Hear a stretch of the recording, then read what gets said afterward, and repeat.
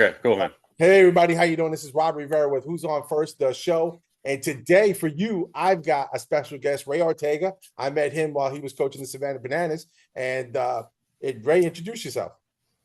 Hey, how's it going, man? Thanks for having me. Yeah, man. My name's Ray Ortega. I'm from Miami, Florida. About to be 35 years old, and like you said, we met, with the Savannah Bananas this past season. It was Right. an awesome experience. Right. So I mean, where did the baseball come from? Where did that all come from? Yeah. So it originally started with my grandfather, who was from Cuba. He was a big fan of baseball, and as a child, he put me into the sport, and I had success. And my parents continued to, put me into the next season and such every year as I got older. And I just fell in love with like the passion behind coming together with your teammates to accomplish the goal of winning the game. And obviously, the skill is a hard skill, and just something about accomplishing something that's difficult is and challenging is fun in itself. So I think that was part of why I like baseball over other sports. Um, yeah, that's kind of where it started. Was back home with the family, and it kind of grew, and the passion developed as I got older. And hitting high school, I had an opportunity to maybe pursue professional baseball and go the college route. So baseball ultimately was a vehicle that got me from my childhood to college. Okay. So what high school did you play for? Yeah, so I went to Christopher Columbus High School in Miami, Florida. It's a pretty big program, all boys Catholic high school. We did pretty well there. Had some good years. A lot of guys, a lot of friends got drafted out of high school. Okay. And then from there, did you Yeah, so after high school, I originally signed to United States Naval Academy. However, I did not stay because when I originally signed, I had to. When I originally signed, you were allowed to get drafted in the major league draft and play out your career. And once you were done, you can return and serve your 5 years, which is what you signed up for with the Naval Academy. However, while I was attending plebe summer, they changed that rule, and you had to serve your 5 years first, even if you did get drafted, and then go and return and try and pursue a professional career. Which at the time, my priority was actually in the baseball. So I just couldn't give up my dream at that point in time. And that's where I took that leap of faith and betting on myself of I am going to walk away from this awesome opportunity at the Naval Academy because it's not going to let me pursue professional baseball the way that I thought originally. So at the time that I made that decision, the only schools left with any college scholarship was Manhattan College, which is now known as Manhattan University, small Division I school in the Northeast MAC conference. okay? And how'd you guys do? How'd you do in college there? Yeah, so we had a really good career. Our class did a lot of great things. We set a lot of school records. We did a lot of winning. We set a class record for most wins all time. We won 2 championships. We set a win percentage record at home. We went 18-0. We went undefeated at home for an entire season, which is very hard to do. And it was a very successful career and awesome time during that, during my career there. But ultimately, I did not get drafted, and that's where I kind of felt that first failure kind of hit me straight on. Of my dreams are kind of falling apart right in front of me. Okay. I mean, so now you're facing failure. You didn't get drafted. You know you're not going into the major leagues. I mean, what do you do there? You throw your hands up and give up, or what'd you do? Yeah, so that's where I had to figure out what were the options. At first, I had to deal with the heartbreak, and it was heartbreaking, thinking you're going to get drafted and watching every pick go in the draft, sitting in your front patio, like that doesn't feel good when you're not called and you were anticipating that you would be. So I had to kind of like get over that, but like that, I don't know, that Rocky Balboa champion, Rocky, Eye of a Tiger starts to come out in the background. You're like, you know what can I do? Like, what are my options? And that's when I started to figure it out. I used the internet. I learned about independent baseball, which at the time is not what it is now. At the time, it was like not really a big deal, and everybody was like, it's just a small shot, but it was a shot. And that's what I leaned in on, was like, it's a shot to prove that I can play professional baseball. So I'm going to take it. And I did what I could, and I went to the trials that I needed to go to, and I ended up getting an opportunity to play professional baseball at some point there in 2014 is when I got my first opportunity to play for an independent team called the Frontier Grays in the Frontier League. In 2015, I played for the Winnipeg Gold Eyes in the American Association. And then in 2016 is where my playing career ended, and I was like a player coach type of role in the United Shores Professional Baseball League in 2016. Okay. So now, did that lead you into the Savannah Banana life over here? How did that All all right. transpire?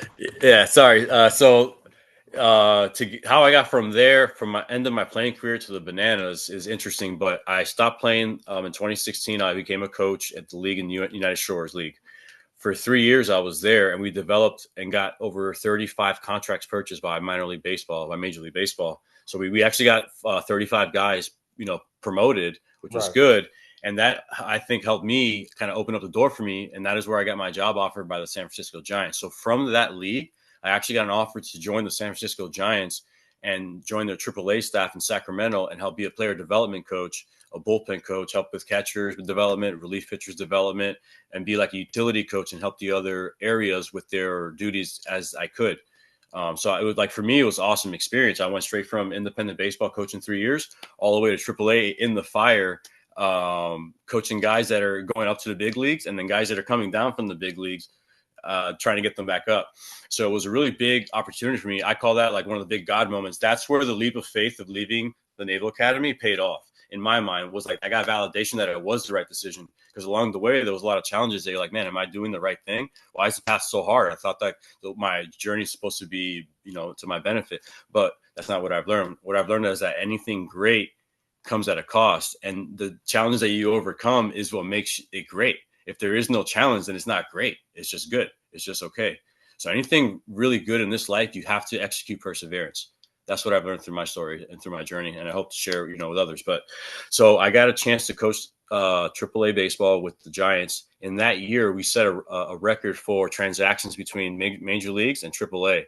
So I got firsthand to see the threshold between both, and then what the prescription was to get guys back up, and when they came back down, what didn't work and what the new prescription was. So I got to actually see the tangible line and the definition between the difference of both levels and help guys get up there. So for me as a young coach, I was just absorbing all of this. I was like, man, this is what I was missing. I wish I can go back and play now, but I couldn't. So my passion was like, let me share this with as many players as I can and help them be the best players they can be. Because now I understand it. I see what it actually is. And it's more mental than physical. And I didn't understand that until after I was done playing. But yeah, so Okay. that year we actually ended up also winning the AAA championship, the national title. So we had a very successful year altogether.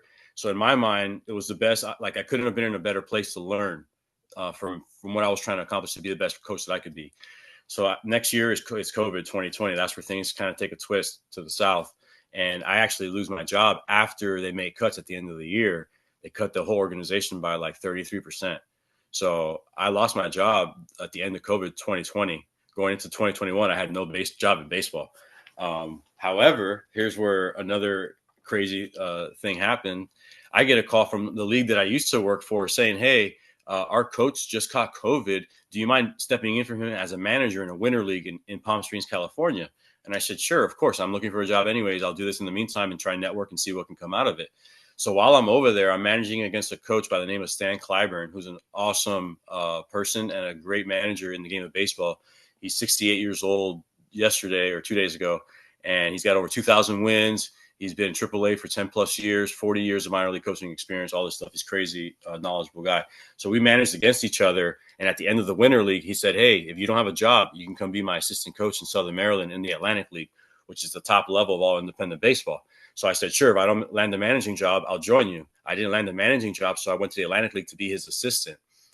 So I was there for 3 years. During those 3 years, we set like 15 franchise records, and we set a league record for win percentage, 727. We went 48 and 18 and a half, which is the best any team has ever done in the history of the league for 25 years. So I got to implement everything that I learned at the big AAA big league level in real life and validate that I did learn it and it does work. So I just only like further edified myself and what I can do and the value I can bring to players, and just like continue to fuel my passion to give to players and help them get better. Um, so that's where it leads to the Bananas, because last year or in 2023 we played a Challenger Series in Savannah, and I was the assistant coach, bench coach, and I was the point man. So that's how I got to meet all the people associated with the team, because we came down and played them in a Challenger Series as the Southern Maryland Blue Crabs, and we lost. They spanked us. Okay. All right. So I mean, now going from all this professional ball, playing ball, and then transforming into a Savannah Banana coach. I mean, how is that? How does that? How did that work out for you?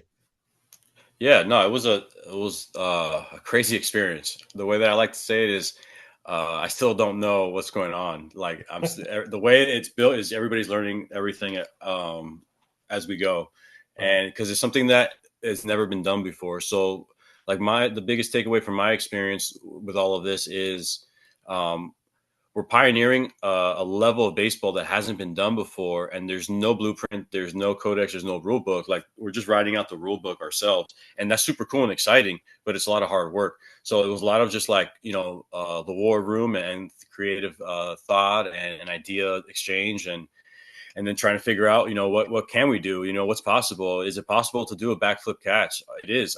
Is it possible to do a bare hand? It is. All right, now we got to try and do it in the game. So we got to get to a point in practice where it's reached the level where we can do it in the game and not cost the team, the victory or A hurt the run. team, right? So that's the cool part. But the adjustment was like trying to figure out how do we coach towards this different game of banana ball, knowing everything I knew prior leading up. How do I use that into this all new experience to create this new thing that we're figuring out as we go? I know. And that's, see, to me, that's a whole different art, because to teach a catcher how to catch, and or teach a player how to catch a baseball, how to field a baseball, is an art within itself. But then to add the, not only do I want you to catch it, but now we're going to catch it with this hand.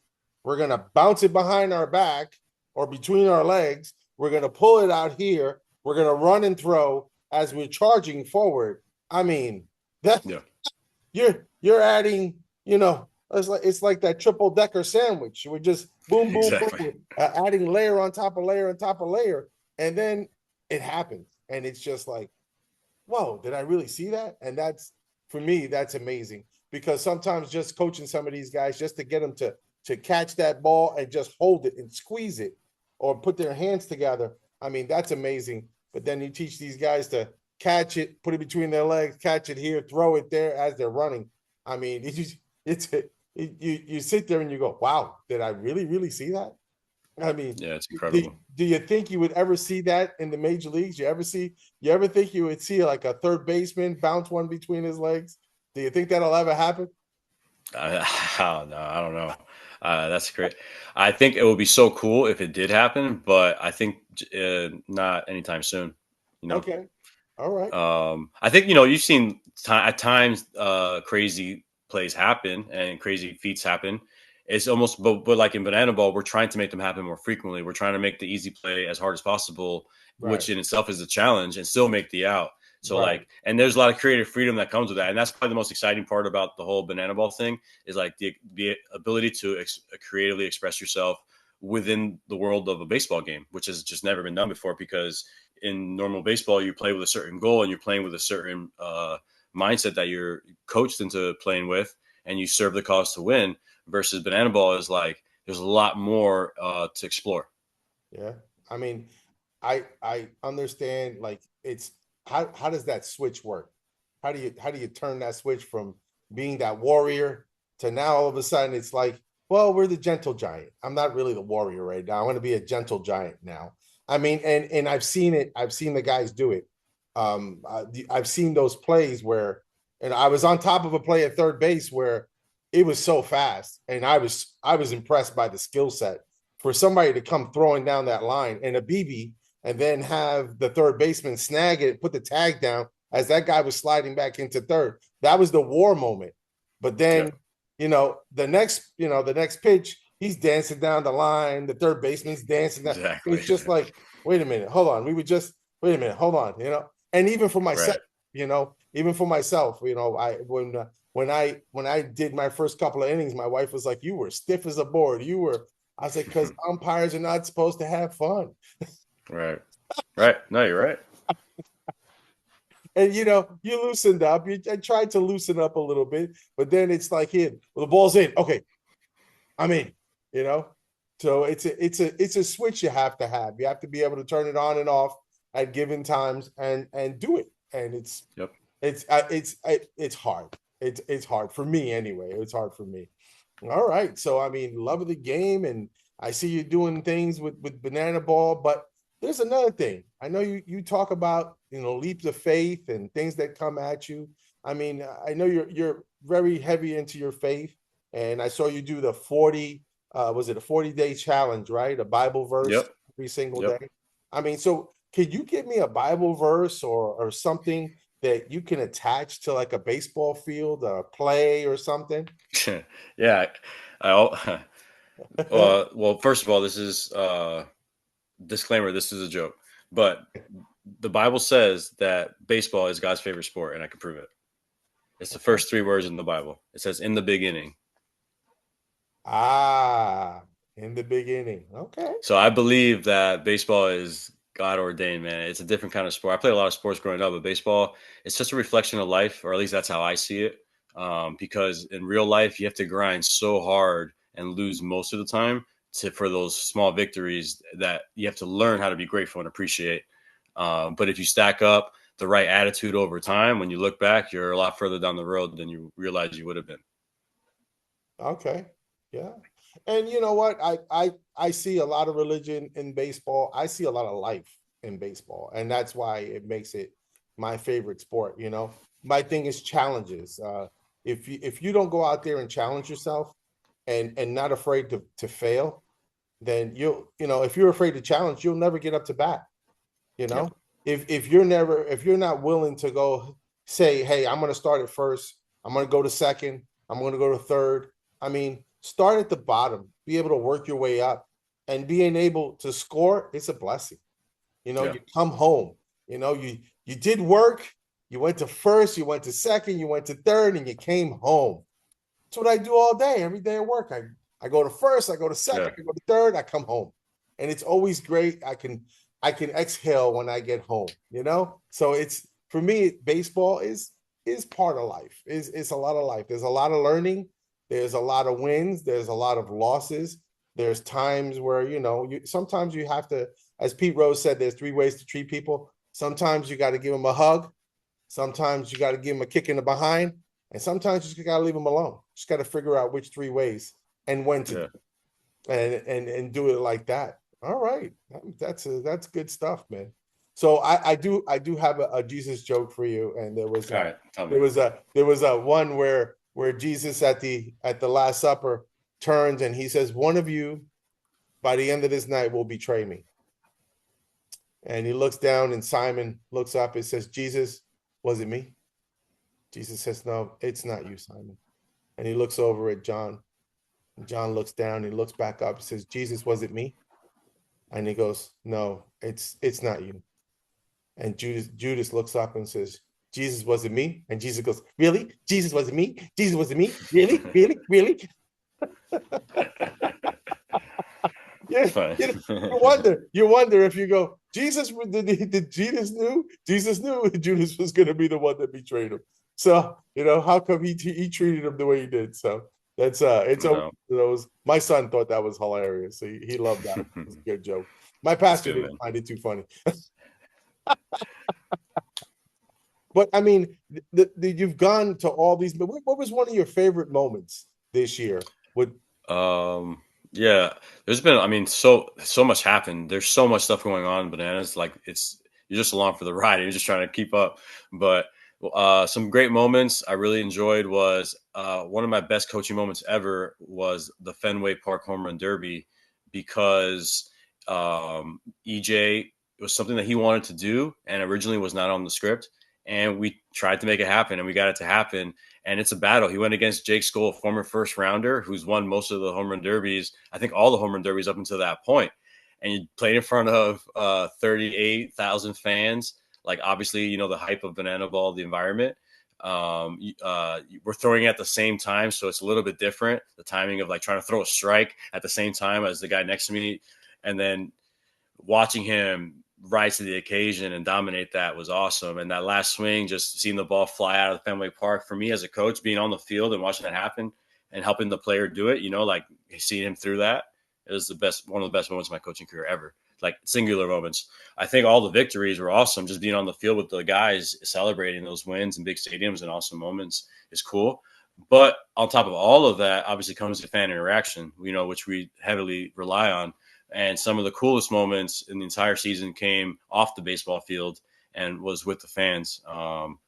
Clyde is a friend that I made in Washington, and he struggles. He's wheelchair bound, but I was blessed and fortunate to actually wheel him through the entire pregame parade that we do, which is super cool because in that experience, it's almost like I became invisible, and I'm the one wearing the cape, right? Like I got the full bananas Yeah. costume, and I'm wearing the cape, and I'm wheeling this kid around in front of me, and it was like everybody they didn't even see me; they were just looking at the kid, and he had his hands out, and he was giving the five, and I wasn't doing it because I had to drive him. So it was like I was able to just like be hidden from the moment and like give him like he was wearing my cape. Basically, is how I felt, and like I love God, and I'm blessed to have moments like that put in front of me.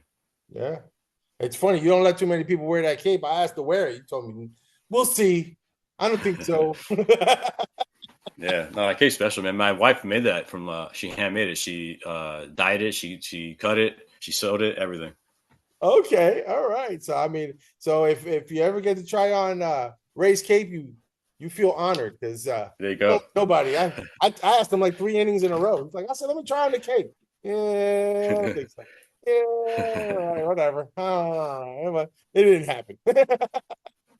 I was gonna bring a black guy. I saw a black cape. It was I was gonna saw a black cape in a dollar store, and I was like, I'm gonna bring my black cape, and I'm gonna get next to him and be like, what's up, Ray? I got a cape too. I got a cape too. Hey, maybe next year you have a cape while you're out there. Yeah, maybe next year I'll have the cape out there. If you had advice, if you had advice for a young man Yeah, going into high school, he wants to play in the major leagues, what advice would you give him? yeah. I would say understand the workload that it actually takes to accomplish it, because there's a certain workload that is just the bare minimum to get you within the playing field, and it's a lot of work. But it doesn't mean you can't do it. However, understand that part of the story is going to force you to persevere. But when you get to that part of the story, don't think of the difficulty as a sign that you're going in the wrong direction. You have to understand that this is the point where you persevere, and where you're actually trying to get to is right on the other side of difficulty. So don't give up. Okay. So basically, you got to face that lion. Yes, sir. All right. And you got to face Goliath. Straight on and no fear. Because even if you do die, you have resurrection power. So don't forget that. There you go. No fear. Resurrection power. Right. I say, so now here I am, 20-year-old guy, and I want to go play for the Bananas. What advice do you got for me? You got to build a resume to make somebody believe that you've earned it. So you got to go earn it. Figure out what that looks like. Go play somewhere where statistics count, and show that you can play at the level that is needed. I would say utilize social media. That is a big part of today's game. I would say social media is the sixth tool of today's baseball world, because it'll allow for more exposure, and it's like word of mouth on steroids about who you are as a player and what you can bring to a team. Yeah. All right. Well, there you go. There you go, you guys. Ray's giving you all the advice in the world. Now you just got to go out there and you got to put it into action, just like your life, just like religion. How do you do it? You got to go to church, got to read that Bible, right? And same thing at work. You got to put in the time, you got to put in the work, whether you're playing baseball or whether you're working in the office or whether you're picking up garbage. You got to be able to start at the bottom, start at first, go to second, go to third, make it home. All Yes, right. sir. Thank you, Ray. Thank you for being on. I appreciate it so much. All right. But I mean, this is great stuff. But listen, Ray, I want you to end this all with a prayer for us. All right. All right. Yeah, All right. man. Everybody. Yeah. Thank you, God. Thank you for this opportunity to come on and fellowship and share the story, share the truth of what you're doing in people's lives. Hope to continue to leave a good message and spread the good word and help people see the truth that they're loved and that we're all just passing the time until we all go home. And that's what this is about, going home and being with our family. But in Jesus' name we pray. Many blessings on everybody. Amen. Don't run away. Thank you. All right, everybody. As we say here on Who's On First, keep swinging. If you like the show, please do me a favor. Subscribe. Right. You see it? It's right there. Subscribe, share, like, and don't forget, put that bell on. It'll ding you when I put something else on, all right?